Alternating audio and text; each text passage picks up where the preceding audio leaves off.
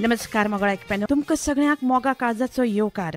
आनी हय, मनीस आनी मनशाचें वागप आनी मनशान एकामेका कडेन दाखयल्ली दयाळूपणां. आनी होच तो आयचो दीस, संवसारीक दयाळू दीस, वर्ल्ड कायंडनेस डे. आनी खास करून आयज आमचे स्टुडियोत आसात पणजे शाखेच्यो चिन्मय मिशनच्यो उपाध्यक्षा संध्याबाय शिंकरे कामत. येवकार मॅडम, तुमकां खूब खूब आनंद जालो तुमी आज स्टुडियोत आसात म्हणून. आनी मनीस आनी मनशाचें जिवीत आनी जिविता कडेन संबंदीत आशिल्ली दया दाखोवपाची एक तरा, हो आयचो आमचो विशय. म्हाका आयकपेनो, संध्या कामत ह्यो मुळात भुरगेपणांतल्यान तांकां अध्यात्मीक आवड.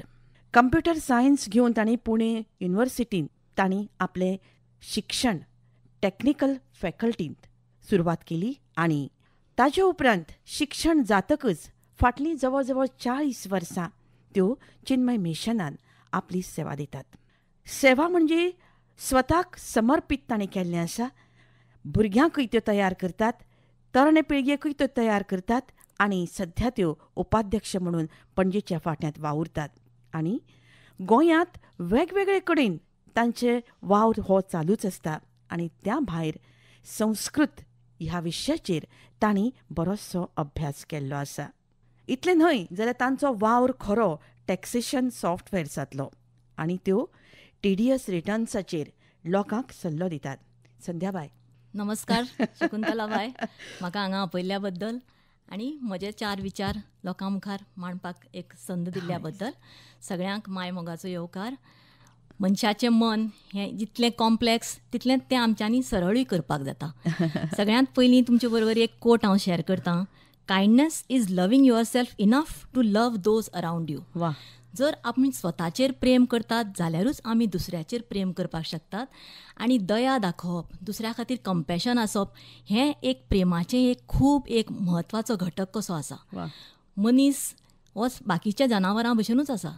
आहार, निद्रा, भय, मैथून हें बाकी जनावरां भशेन मनशाकूय आसा. पूण मनीस वेगळो कित्याक? कित्याक मनशा कडेन एक सुंदर कशें मन आसा. तें मन जर मनशान वापरलें ना जाल्यार मनीस आसपाचो फायदो कितें? जशीं प्राणी जगतात, कावळोय खाता, उडयल्लें अन्न खाता, तसो आनी मनीस आनी कावळ्यां भितर फरक आसूंकूच जाय. तें मनशान तें मन आपलें वापरूंकूच जाय. सगळ्यांत पयलीं हांव तुमकां एक हाजो ऋग्वेद आमचो सगळ्यांत पुराणीक असो खूब एन्शंट असो ग्रंथ आसा. तातूंत एक श्लोक आसा, ताजेर तुमकां कळटलें की मनाक कितलें आमी म्हत्व दिलां तें. आनो भद्रा कृतवो यंतु विश्वतः. म्हणल्यार कितें? लेट प्युअर थॉट्स, बरे बरे विचार सगळे येवच्यान म्हज्या मनान येवचें, अशें तो सृश्टी कडेन मागता एक मनीस. हाजे वयल्यान तुमकां कळटलें की आमी मनाक बरे विचारांक आमी कितली आमी ताका म्हत्व दितात तें. आनी आमच्या वेदव्यासजीन सगळीं पुराणां 18 पुराणां रचलीं, सगळें केलें, भागवत पुराण केलें, पूण शेवटी ताका एकच ताणें 2 श्लोक अशें म्हणले की परोपकाराय पुण्याय पापाय परपीडनम. म्हणल्यार दुसऱ्याचें बरें केलें जाल्यार तुमकां पुण्य मेळटलें, आनी ओगीच गरजे भायर दुसऱ्याक जर त्रास दिलो जाल्यार तुमकां पाप लागतलें. हें आमी सदांच बेजीस आमकां सदांच मनान आमच्या दवरूंक जाय की आमी सदांच मनान बरे बरे विचार हाडपाचे आमी प्रयत्न करूंक जाय. संध्याबाय, आमच्या काळजांत जर परमेश्वर रावता आसत जाल्यार ह्यो सगळ्यो गजाली म्हाका दिसता तुमच्या सारक्या मनशाच्या माध्यमांतल्यान लोकां मेरेन पावूं येता. संध्याबाय, खूब सुंदर गीत आसा, आमी केन्नाय आयकुया, कारण आमचे कॉलर्स ऑलरेडी लायनीर येवंक लागल्यात. हॅलो, नमस्कार. नमस्कार. कोण उलयता म्हळें? हांव ज्योती कामत उलयतां, पणजेच्यान. हय हय. ओके ओके, उलयात. आतां संध्या कडेन उलोवंक जाय न्हय तुमकां? हय हय. ओके ओके, उलय ज्योतिबाय. म्हाका प्रश्न आशिल्लो. सांग. दुसरो त्रास दिता तरीकूय ताका दया दाखोवप? हय, खूब म्हत्वाचो प्रश्न. आमकां सदांच अशें दिसता पळय, आमकां दुसऱ्यान पिडलें, आमकां त्रास दिलो, आमचो अपमान केलो, आनी तो जर मनीस आमचे कडेन दयेची भीक मागता जाल्यार आमी ताका कितें करपाचें? पूण आमच्या भितर तितली क्षमा आमच्या भितर आमी कल्टिवेट करपाक जाय. आनी क्षमा is another form of love.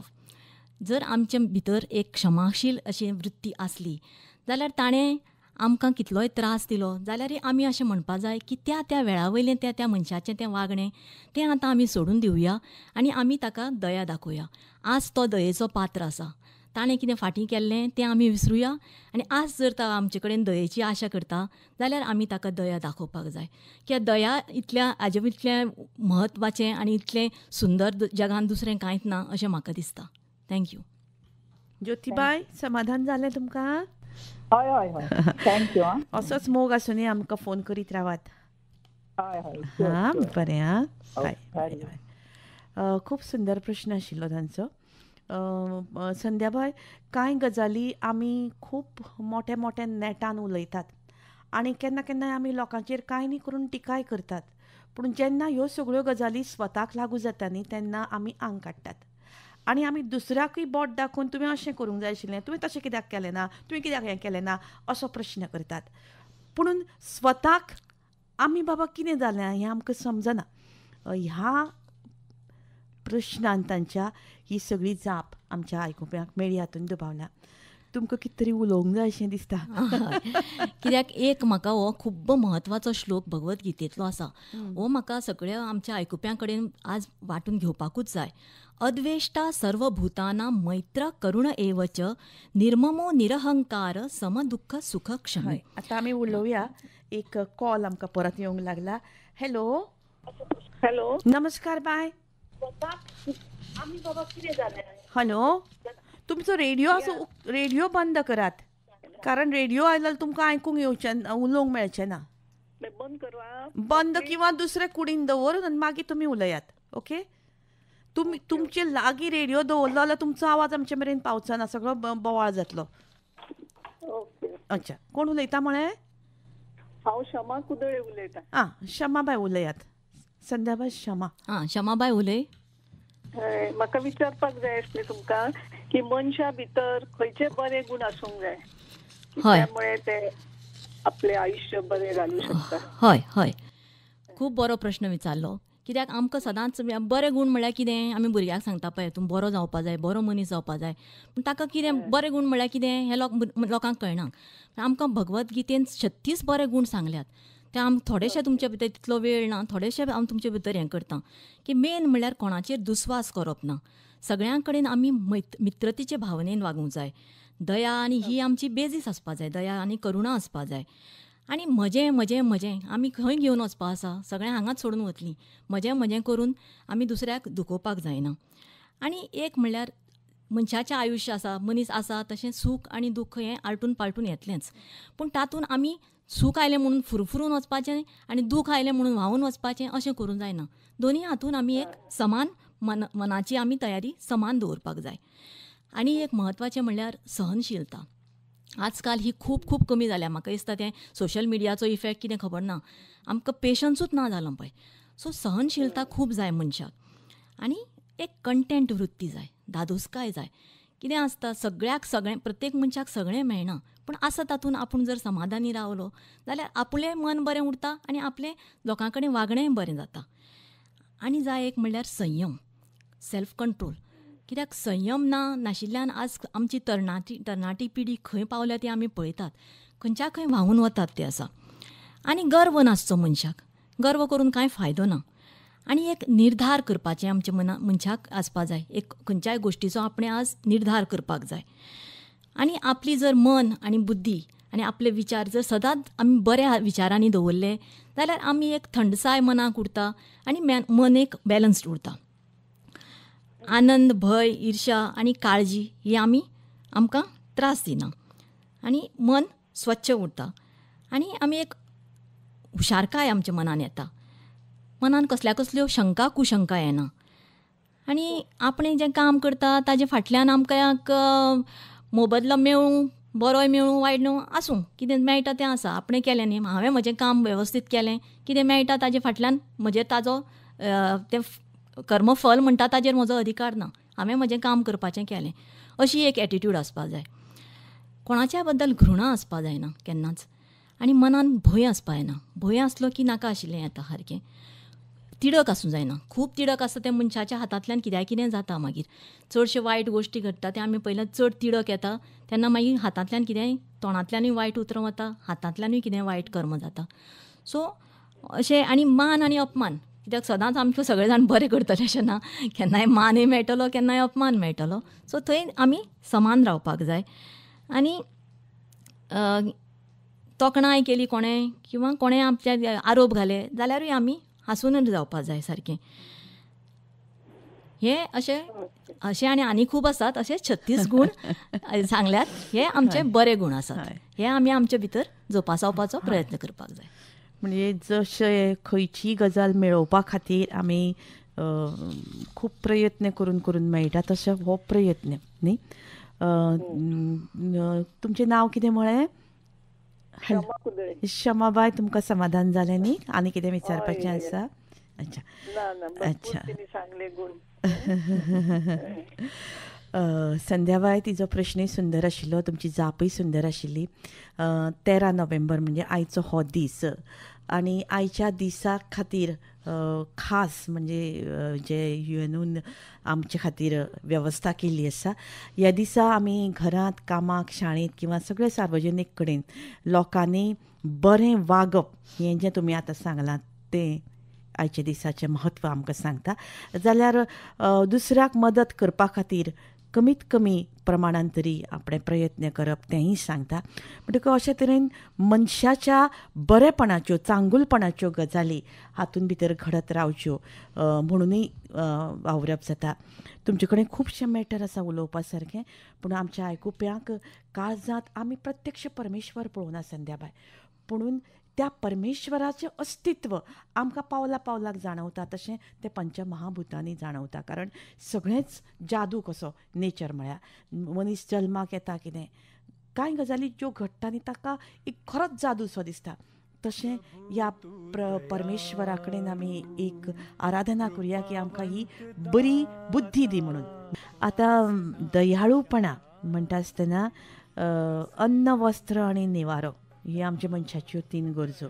आतां ह्यो 3 गरजो भागयता आसतना मनशाची आस वाडत वता आनी तातूंत मागीर दयाळूपणाचें म्हत्व कमी जायत वता. आनी म्हणूनच म्हाका दिसता अशे तरेचे हे दयाळू दीस बी आमच्या जागतीक पातळेचेर आयोजीत केल्ले आसूं येता. आमच्या भारत देशा कडेन इतली मालमत्ता आसा. आमचे म्हत्वाचे ग्रंथ जे आसात तेच आमकां खुबशे जगाक शिकयता. फक्त भारता पुरतीन मर्यादीत न्ही. महाभारत आनी रामायण.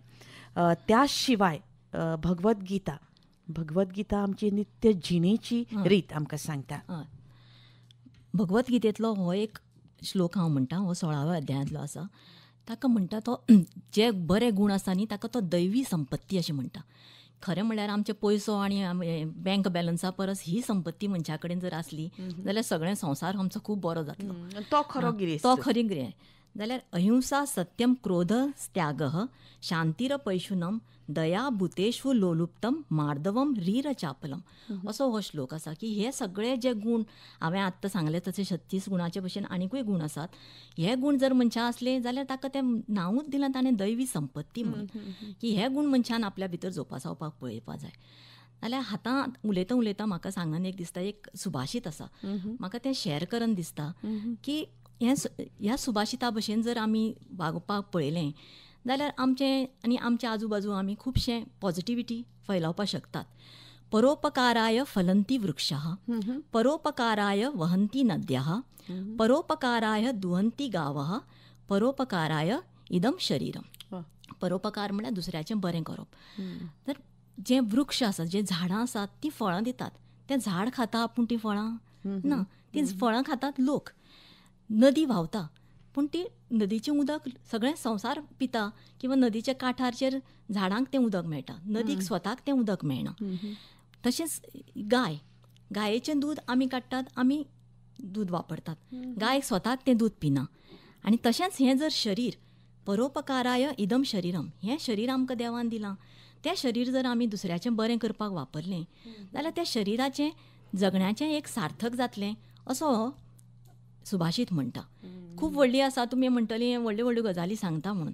इतलें आमकां हें करपाक शक्य ना. पूण आमच्या थोडक्या भितर जर आमी हें केलें तर आमच्या परस कमी जे लोक आसा तांचे कडेन जर आमी करुणा दाखयली, तांचे कडेन जर बरी वागपाक पळयली, जाल्यार खुबशे तरेन आमी ही दयाळू दिसा निमतान एक आमी आमचे भितर एक निर्धार करपाक शकता की आमच्या आजूबाजू जे लोक येतात तांचे कडेन आमी बरी वागपाक आमी प्रयत्न करुया अशें म्हणून. वा, खूप सुंदर असो हो विचार.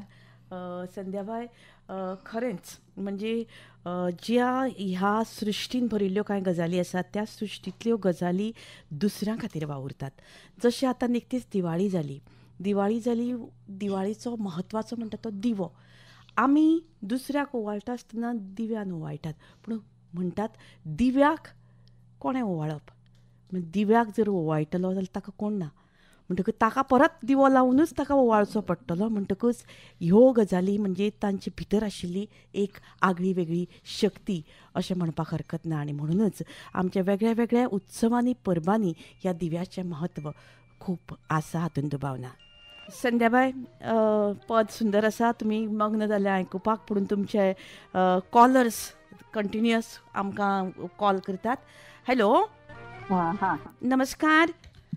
नमस्कार. कोण उलयता? ईश्वरी गांव, मडगांवच्यान. ओके. तुमकां संध्याबाई कडेन उलोवपाक जाय. एक प्रश्न विचार. संध्याबाई, ईश्वरी फ्रॉम उलयात. दया करपा खातीर मनशा भितर खंयचो गुण आसपाक जाय असो दिसता तुमकां? हय, खूब बरो प्रश्न आसा. दया अशीच येवची ना. ज्या मनशाच्या मनान भितर प्रेम आसा, उफाट प्रेम आनी क्षमाशील वृत्ती आसा, दुसऱ्याक फॉरगिवींग नेचर आसा, जाल्यारूच तो मनीस दुसऱ्याक दया दाखोवपाक शकता. कित्याक दया दाखोवप हें सहजासहजी अशें येना. The kindness for that to cultivate, कित्याक मनशाच्या भितर तशी एक लवींग नेचर, एक प्रेमळपणां, मोग आसूं जाय दुसऱ्या मनशा बद्दल, दुसऱ्या प्राण्यां बद्दल, पक्ष्यां बद्दल, आमच्या सैमा बद्दल. जो मनीस सगळ्याचेर प्रेम करता ताका दया ताज्या हात भितर एक बाय डिफॉल्ट येवपाक शकता. तशेंच ताजे भितर एक जर क्षमाशील वृत्ती आसा की तो सगळ्यांक क्षमा करपाक शकता, मनान कुडत घेवन बसपाचें ना. कित्याक बरें वायट प्रसंग येतात, मनीस खूब फाटी आमकां कितें कितें म्हणटात, हें करता, पूण तें घेवन बसलें ना जाल्यार ती क्षमाशील वृत्ती आसली जाल्यारूय आमकां दया दाखोवपाक येता. हांगा एक म्हाका फेमस कोट आहा तें बरें दिसता. God gives and forgives, man gets and forgets. So आमकां देव दिता आनी आमकां देव क्षमाय करता, पूण मनीस आमी कितें करता, आमी घेतात सगळें आनी आमी विसरून वतात. सो तशें आसूं जायना. आमी देव जावपाक शकनात, पूण आमी आमच्या भितर एक क्षमाशील वृत्ती तरी, प्रेम जर आसलें अफाट, मोग जर आसलो जाल्यार आमी क्षमा करपाक शकतलीं आनी आमी दयाय दाखोवपाक शकतलीं. देव बरें करूं. ईश्वरी बाय, आनी प्रश्न आसा तर तुमचे? खूप बरें सांगलें ताणें. हय, ताणी खूब बरें सांगलें. तुमी खूब बरो प्रश्न विचारलो आनी म्हाका दिसता तुमी आमकां पयल्या फावटी फोन केला. आमचेर असोच मोग दवरात, कारण तुमी संध्याबाई खातीर फोन केला. आमचे अशेच कार्यक्रम चालूच आसतात तेन्ना तुमच्या फोनाची अपेक्षा आमकां आसा. देव बरें करूं. वा, खूब सुंदर प्रश्न ताणी विचारलो आनी खूब बऱ्या रितीन संध्याबाई तुमी जाप दिली. म्हाका दिसता की फाटले 40 वर्सांच्या अनुभवान तुमच्या जिणेंत कितलेशेच तरेचे अशे तरेचे प्रसंग येवन गेले आसतले आनी ज्या प्रसंगांतल्यान तुमकां आजूय बी अशें तेजवंत दवरले आसतली, हातूंत दुबाव ना. म्हणटकूच हाका धरूनच तुमकां कांय गजाली सांगपाच्यो आसा अशें म्हाका दिसूंक लागलां. हय, म्हजे कडेन खुबशीं सुभाशितां आसा आनी म्हाका अशें सामकें दिसता म्हणून हांव ती रिल्स काडटां. कॉल येता, पळोवया. हॅलो हॅलो हॅलो, कोण? मिलन बाय. उलयात मिलन बाय हांगाच्यो दिवाडेच्यो. ब्युटिफूल. नमस्कार मॅडमीक. नमस्कार. टॉपिका प्रमाणे अशें म्हणटा आमी, तो भुरगो, तो मनीस चिडखोर, तागेलो स्वभाव न्ही, तो स्वभाव बदलना, स्वभावाक वखद ना. तर हे सगळे स्वभाव म्हणजे आपल्याक बी चिडखोरपणां आसा, दुसऱ्याचेर राग व्यक्त करप आसा, ते आमी चिन्मय मिशनाचे द्वारे स्टडी केल्या नंतर आमकां कशें आत्मसात जातले, हो म्हजो प्रश्न. हय, Did you get my question? हय हय हय कळ्ळो तुमचो प्रश्न. हांव म्हाका घोव म्हणटा हय आगो कित्याक राग करता हय. अशेंच सांगता हांव. हय. हांव व्हडल्या जॉयंट फॅमिलीन जन्माक आयिल्लें आनी म्हाका न्ही वायट केल्लें म्हाका आवडना, कारण हांव एक टिचर आसा. हय आतां हें आमच्या आतां गोंयानूच जें जाता, काल हेडलायन वाचली मू, टिचरांनी भ्रश्टाचार केलो, पयशे घेतले, मागीर घरान हांवें सुनेक लेक्चर दिलो, मा तुजो लेक्चर सुरू जालो अशें म्हणटात ती. आतां हें वैयक्तीक जावना, हें समाजान हें दुयेंस फैलावलां. I am very sorry, I am on the open हें. हय हय म्हजें दुयेंस जालां आतां. हें म्हजें जें चलता न्ही तें म्हाका आवडना. अशें प्रत्येक इंडिविज्युअल, प्रत्येक सेल ऑफ द सोसायटी प्रत्येकान अशेंच चिंतपाक जाय, दुसऱ्या खातीर आपणें बरें करूं जाय. आनी आज आमचे कडेन आसात ते फक्त गांधीजी आनी बाकीचे सगळे लिडर्स. तांणी आमकां स्वातंत्र्य दिलें, आमी बरें सूख भोगता. बट नाव द एका घरान कोण आसता, आई बाबा आसता, तशें एका राष्ट्राक किंवा एका हाका सिटीक, गोंयाक आमचे माय बाप, आमचे सरकार, हे गुण सरकारी मनशांनी आसूं जाय. जेन्ना हांव एग्जाम्पल दिता, शिवाजी राजा आशिल्लो, शिवाजीचे मावळे बरे आसूं जाय, तशें आमचे आसूं जाय. हे गुण तांच्या कडेन आसूं जाय. तांणी आमकां हे प्रजेक शिकोवपाक जाय. एज अ टीचर टीचीज हिज स्टुडंट्स. हय हांव उत्तर दिता तुमकां. कित्याक राग येवप मनशाचें हें स्वाभावीक. हय स्वभाव कसो बदलप, हय राग आयलो जाल्यार ताका आपण कितें करप, हय. इतलोच म्हजो प्रश्न. This is my decision. हय सो स्वभाव बदलपाक कठीण अशें म्हणून आमी सदांच ल्हानपणांत आयकलां, स्वभावाक वखद ना म्हणून. पूण तशें नासता. स्वभाव बदलता, हळू हळू बदलता. ओवरनायट जायना, चमत्कार घडना, पूण हळू हळू मनशाचो स्वभाव बदलता. स्वभाव बदलपा खातीर आपणें ह्या आमच्या अध्यात्मान किंवा आमची जी सुभाशितां आसा तांचे आमी खोल वचून अभ्यास करपाक जाय. तातूंत कितें सांगलां. संध्याबाई हो जाप आमी परत दिवयाच. हां. आनीक एक कॉल आमकां येता, हां हां घेवया. हॅलो. हॅलो, हां, नमस्कार संध्याबाई. हां नमस्कार. कोण उलयता? हांव सरिता पानवेलकार, कारंजलेच्यान. सरिता पानवेलकार. अच्छा, उलयात. हां विचार. हय तर आयचो तुमचो विशय पळय आसा तो प्रत्येक मनशाचो जगपाचो अधिकार, जिवाचो आदर. ते म्हाका विशय खूब आवडलो. आनी एक प्रश्न विचारीन दिसलो तुमकां. मनीसूच न्हय, दुसऱ्या जिवा बद्दल आस्था, मोग आसप खूब म्हत्वाचें न्हय. आमच्या आयच्या भुरग्याची पिळयेक तांच्या मनात दुसऱ्या विशीं म्हणजेच मनशा बरोबरच जनावरां, पक्षी, सगळ्या पर्यावरणा विशीं जाल्यार मोग आस्था उत्पन्न करपाक, तांच्या मदीं निर्माण करपाक तूं कितें सांगूंक सोदता? हय तेंच हांव आतां सांगतालें. मोग आसपा खातीर सगळ्यांत पयलीं आमच्या मनान दया जावपा खातीर मोग आसचो पडटा. सगळ्या सैमा खातीर, सगळ्या निसर्गाचेर, सगळ्या निसर्गांतल्या प्रत्येक घटकाचेर जर आमचो मोग आसलो, आमी जर मना पासून सगळ्या कडेन प्रेम करतात जाल्यार आमी सगळ्यांक दया करतलीं. आतां विशय आयलाच म्हणून शकुंतला बाय कडेन विचारता, म्हाका 2 मिनटां आसात गो एक काणी सांगपाक? हय एक ही म्हज्या लायफान घडिल्ली घटण सांगता हांव तुमकां.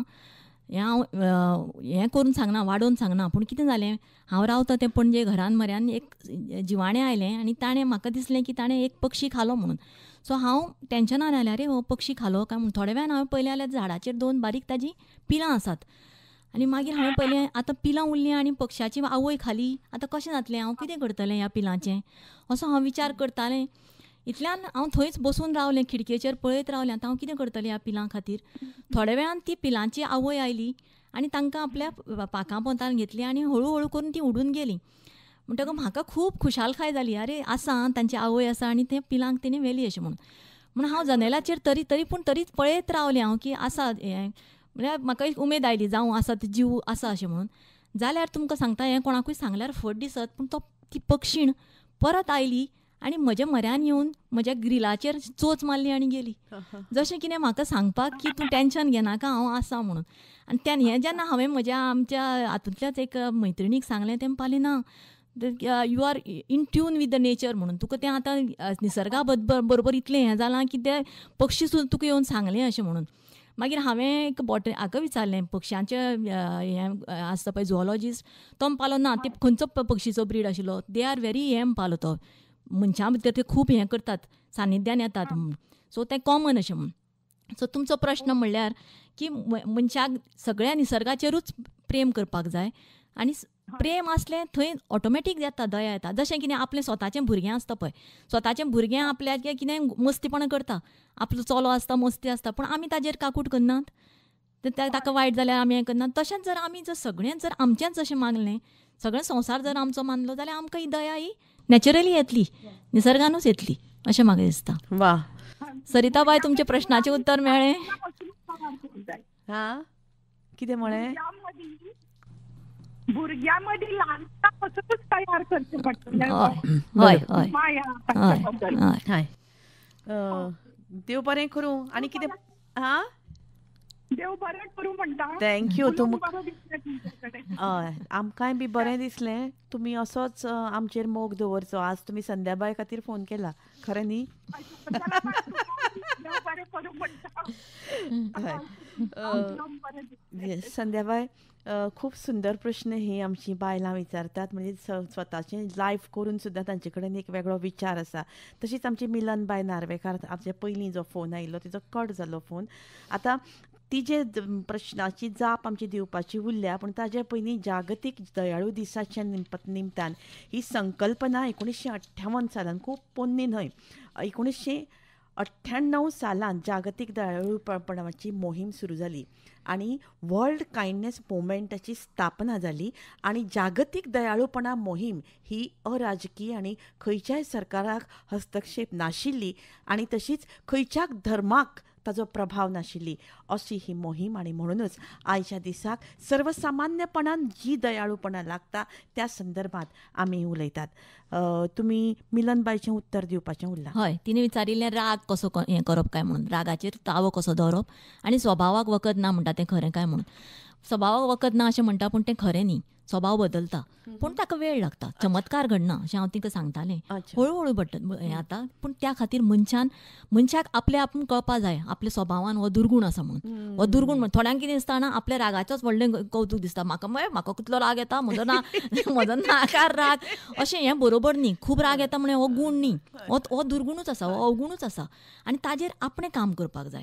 खंयचोय जो वायट गूण आसा तो आपणें आपलो कळपाक जाय जाल्यार आपणेंच ताजेर you have to work on it आनी तो आपलो गूण हें करपाचो. तो रागूय असो आसा पूण आतां मागीर ताजे फाटल्यान आपूण मूळ सोदपाक जाय. कित्याक म्हाका राग येता कित्या खातीर राग येता. सो आमच्या हातून भितर जें सांगलां त्या खातीर म्हाका राग येता. जी वस्तू म्हाका मेळना म्हणून म्हाका राग येता कित्याक खंयच्याय वस्तूचो सतत विचार करता हांव म्हणून म्हाका राग येता. कित्या खातीर राग येता असो विचार करता. हें सगळें कळटलें जाल्यार सुद्दां एक मुळांत आमचेर एक संस्कार आसूंक जाय.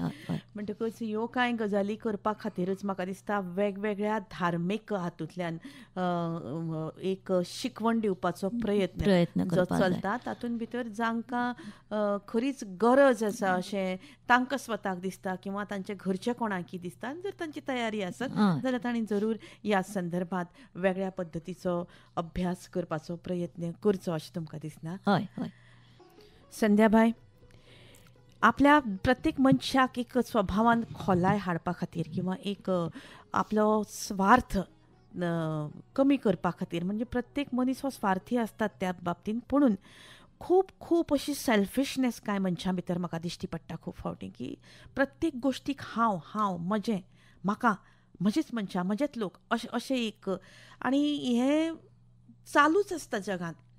म्हणटकूच ह्या सगळ्या गजालीचेरचो आनी ह्या दयाळूपणाचो कितें संबंद आसा भितर आसा खूब आसा. कित्याक जेन्ना आपूण सेल्फीश मनीस म्हळ्यार कितें आसा स्वार्थी मनीस तो स्वताचोच विचार करता केन्नाच दुसऱ्याचो विचार करना.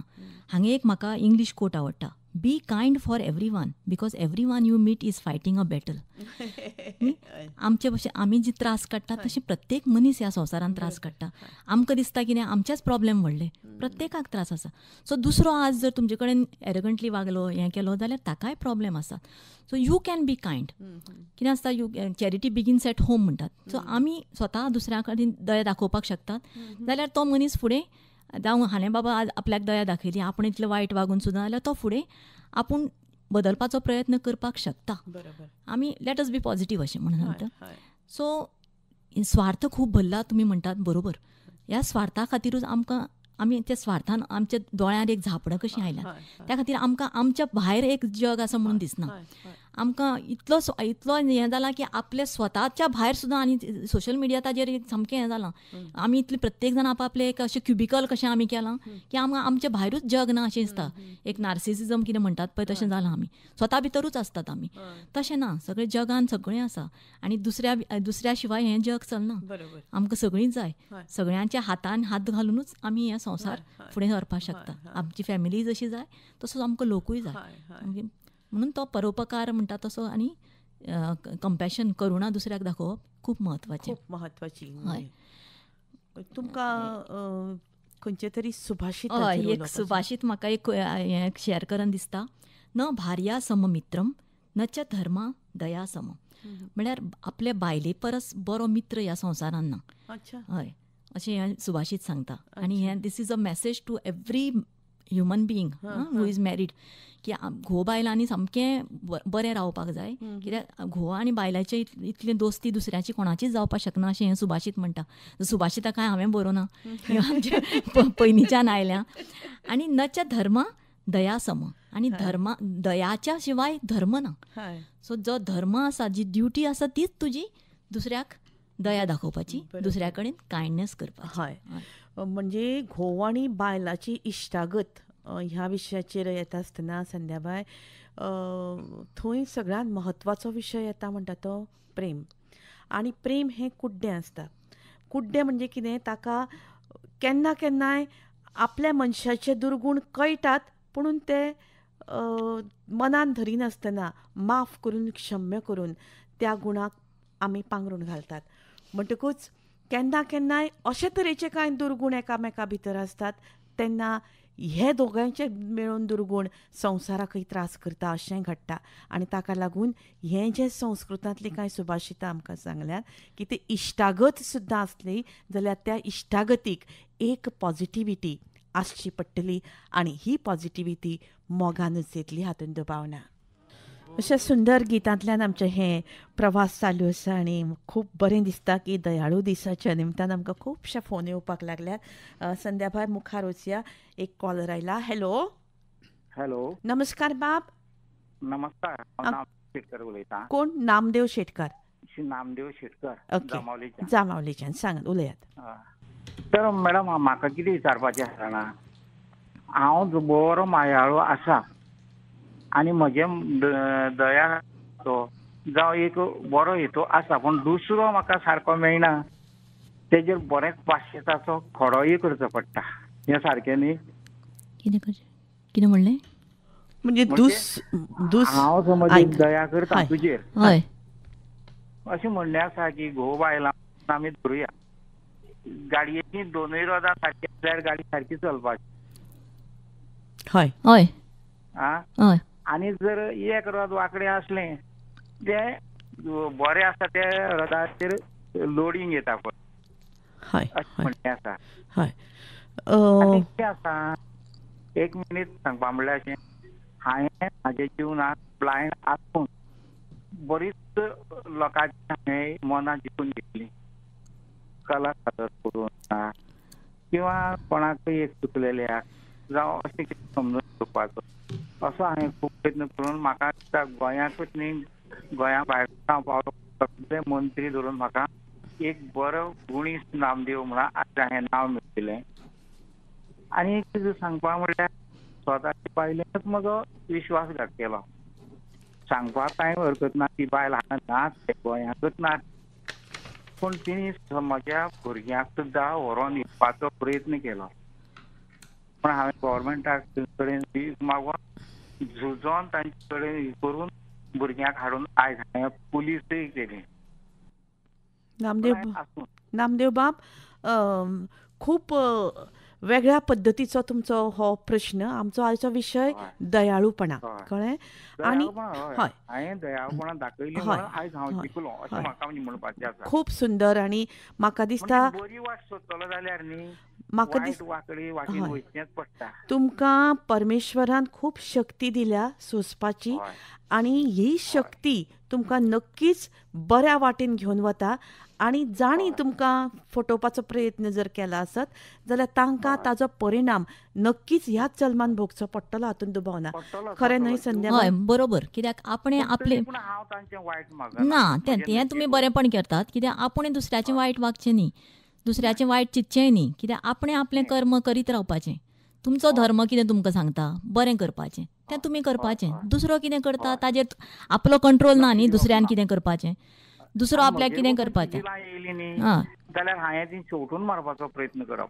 ना पळय तुमी कितें करपा, तुमी आपलें काम करपाचें. तुमी आपले भशेन बरें वागले तुमचें काम सोंपलें. दुसऱ्यान कितें वागलें तें ताजेर तुमचो ताबो ना न्ही. हय ताजेर ताकाच जाप मेळटली. हय ताका पूण देवा ताजें वायट कर अशें म्हणप न्ही. ना ना ताका ताज्या नशिबान कितें आसा ताजे हाजी फळां ताका मेळटलीं. आपणें आपल्यालें जगपाचें. घेवन रडपूय न्ही. बरोबर. हय. हय सारकें न्ही. हय कित्याक आपली वाट हें रावपाची. कित्याक जीवन इतलें सुंदर आसा थंय रडपाकूच वेळ ना अशें म्हाका तरी दिसता. कित्याक प्रत्येक दीस हो इतलो सुंदर हें घेवन येता, कित्याक रडून टायम आनी कित्याक वेस्ट करपाचो.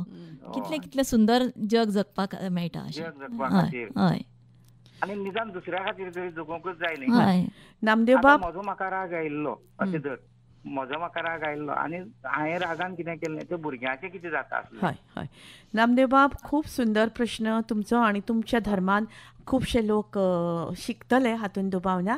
देव बरें करूं. आमचे आनीकूय देव बरें कॉल्स करूं. खूब येतात म्हणटकीर आमी मागीर Thank you, उलोवया. हा देव बरें Thank you, करूं. हा. हय संध्याबाय म्हाका दिसता केन्ना केन्नाय व्यक्तिगत लेवलचेर जे प्रश्न आमचे मेरेन येतात तेन्ना सहजीवन हें जें मनशाचें आसा, घोव आनी बायल खास करून तांच्या जिवनांत कुटुंबांत वेगळे वेगळे तरेचे प्रश्न जे केन्ना म्हणजे तुज्या कुटुंबान कितें चलता तें म्हाका कळपाक मार्ग ना, म्हजें कितें चलना तें ताका कळपाक मार्ग ना. पूण केन्ना केन्नाय कांय गजाली बारीक बारीक गोश्टीक लागून केन्ना केन्नाय खूब मोठ्या विशयाक लागून सफर जाता मनीस. म्हणटकूच सगळ्यान म्हत्वाची जी गजाल आसा मनशाच्या जिणेंत सहजीवन सार्थकेक लावपा खातीर पयली गोश्ट म्हणजे एकामेकाचेर आशिल्लो विश्वास. दुसरी गोश्ट म्हळ्यार म्हाका दिसता एक एकामेकाचेर सहनशीलता सहनशीलता आनी दुबाव. दुबाव हो खंय मुयेच्या पावलान भितर सामको हत्या येदो जाता. म्हणटकूच ह्यो सगळ्यो गजाली आमच्या भितरली विश्वास वाडोवपा खातीर आमी एकामेकाच्या सहवासान एक आत्म कितें म्हणटा ताका सेल्फ कॉन्फिडन्सान कांय गजाली आमी एकामेकाच्या सानिध्यान रावून करप आसता आनी कांय गजाली कडेन तडजोड ही करचीच पडटा. म्हणटकूच खूब सुंदर अशो आमचो प्रवास चल्ला. संध्याबाय मुखार वचुया. आमच्या आयकुप्यांक कळीत करता परतून एक फावट जागतीक दयाळू दिसा निमतान जगप हो प्रत्येकाचो अधिकार ह्या विशयाचेर आमी आयचो हो दीस तुमचे खातीर दवरिल्लो आसा. संध्याबाय तुमकां आनी खंयची तरी एक गजालीचेर तुमी उलोवपाचें आशिल्लें. हय हय म्हाका एकच ज्ञानेश्वरींतलें दयेचेर तांणी कितें म्हणलां भगवान ज्ञानेश्वरान तें एक म्हाका सगळ्यांक बरोबर सांगन दिसता. ज्या प्रमाण सूर्य चंद्र सगळ्यांक समान, चंद्राची शितलकाय सगळ्यांक समान शितलकाय दिता, सुर्याची किरणां सगळ्यांक सारकीं पावतात. जशें उदक व्हांवतना आसतना सामकें बावून गेल्ले तणाकूय तरतरी दिता आनी लोकांचे ताळेर थंड करता, तशें दुसऱ्याक त्रास दिना आसतना दया दाखोवप असो तांणी त्या ओवेन भितर म्हणलां. दया हाजो अर्थ तांणी इतलो सुंदर हातून सांगला. अशी दया आसूंक जाय, कित्याक सगळ्यां कडेन समान आसूंक जाय. अमको मनीस, अमकी व्यक्ती, अमको प्राणी अशें न्ही. दया जेन्ना येता, जशी आमची मित्रता सगळ्यां कडेन समान आसता, जशें आमचें प्रेम सगळ्यां कडेन समान आसता, तशीच आमची दया सगळ्यां कडेन समान रितीन वावपाक जाय अशें ज्ञानेश्वर माऊलीन म्हणलां. अशें हें म्हाका सांगन दिसता. आतां प्रत्येक धर्माचें एक धर्म ह्या शब्दाचोच अर्थ आमी घेता आसतना की बरी वागणूक, बरी देख. म्हणटकूच ह्या देखींतल्यान आमी मुखार वता आसतना सगळ्यान म्हत्वाचो जो धर्म आसा तो मनशाचो धर्म, जाका आमी मनीस धर्म म्हणया. मनीस धर्म पाळटा आसतना आपणें जर आपल्याले मनाचें सदांच आपलें मन आपल्या ताब्यान आसूंक जाय आनी मनान सदांच एक जागरूक आसूंक जाय मनशान की कसले विचार म्हज्या मनान येता. आमी उदाहरण दितात न्ही, लायक अ ट्रॅफीक पुलीसमॅन म्हणून. ट्रॅफीक पुलीसमॅन कितें करता, ह्यो गाडयो थांबयता, ह्यो गाडयो सोडटा. सो ही स्टॉप्स जेन्ना वायट विचार येता तेन्ना आमी आमच्याच मनान आमचे ट्रॅफीक सेल कसो आसूंक जाय तो ट्रॅफीक, आनी ताणें वायट विचारांक स्टॉप करपाक जाय आनी बरे विचारांक चालू करपाक जाय. कित्याक आमी वायट विचारान घुसपलीं जाल्यार तातूंतच घुसपत वतलीं. तो त्या वेळारूच जर आमी तांकां स्टॉप केलें, थंयच बंद केलें जाल्यार ते वायट विचार चड वाडूंक वचपाना. कित्याक हातूंतले एक श्लोक आसा की ध्यायती विशयान पुंस संगा म्हणून. जशे जशे तुजे येतात विशयांतले विचार तुजे मनां येतात तशें तशें तातूंत तूं घुसपता आनी त्या खातीर शेवटी मागीर राग येता. आनी शेवटी मागीर रागाचो हें म्हणल्यार तूं मनीस आपल्याली बुद्धीभ्रम सामको जावन वता, बुद्धी सुद्दां वता. म्हणून एक फावटी रागाच्या भरान लोक खून सुद्दां करतात पळय. कित्याक त्या खातीर विचार जेन्नाच येतात तेन्ना सारकें जर आपणें ट्रॅफीक पुलीसमॅन कसो रावन जर ते विचारांक स्टॉप केलें जाल्यार आमी आनी दुसरे वटच्यान बरे विचारांचो आस्पाव करपाचो, बरे विचार आपल्या बरें वाङ्मय वागपाचें, बऱ्या लोकां बरोबर भोंवपाचें. सो आपले सदांच मनान बरे बरे विचार येतात. वा वा, खूब सुंदर पद्दतीन तुमी आमच्या आयकुप्यांक सांगलें. आतां लायव्ह करता आसतना सगळ्यांत चड म्हणजे जें सोंसचें पडटा तें आमच्या आतां फोनीन अस्तुरी कार्यक्रम म्हणटकच बायलेच्या जिणेक. आनी बायलेचें जिवन हें खूब फावटी तिची सोशिक्षण जी आसा, जनरल म्हणटा की दादल्याक दुखावन न्ही, केन्ना केन्नाय दादलोय सोंशीक आसता पूण बायलेच्या स्वभावानूच ती एक तरेची मॅच्युरिटी आसता आनी त्या मॅच्युरिटींतल्यान ती हें लायफ करता अशें म्हणटात. म्हणटकच येदी व्हडली आमची ही धर्तरी, ही सृश्टी, ती सुद्दां एक बायल मनीस. म्हणटकच देवी ही संकल्पना सुद्दां जी आयल्या न्ही, ती संकल्पना सुद्दां म्हाका दिसता एक अध्यात्मीक विचाराक पोशण दिवपाक, की बायल आसली की तिका ह्यो सगळ्यो गजाली पेलपा खातीर ही सोशिक्षण आसचीच पडटली न्ही.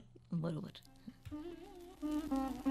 संध्याबाय, ह्या सगळ्या आयच्या दयाळू दिसा निमतान अध्यात्माच्या क्षेत्रांत इतलीं वर्सां तुमी वावुरिल्ल्यान तुमी सर्वसामान्य मनशाक जगपा खातीर तुमचो एक संदेश आमच्या लोकां मेरेन पावोवचो अशें म्हाका मना पासून दिसता.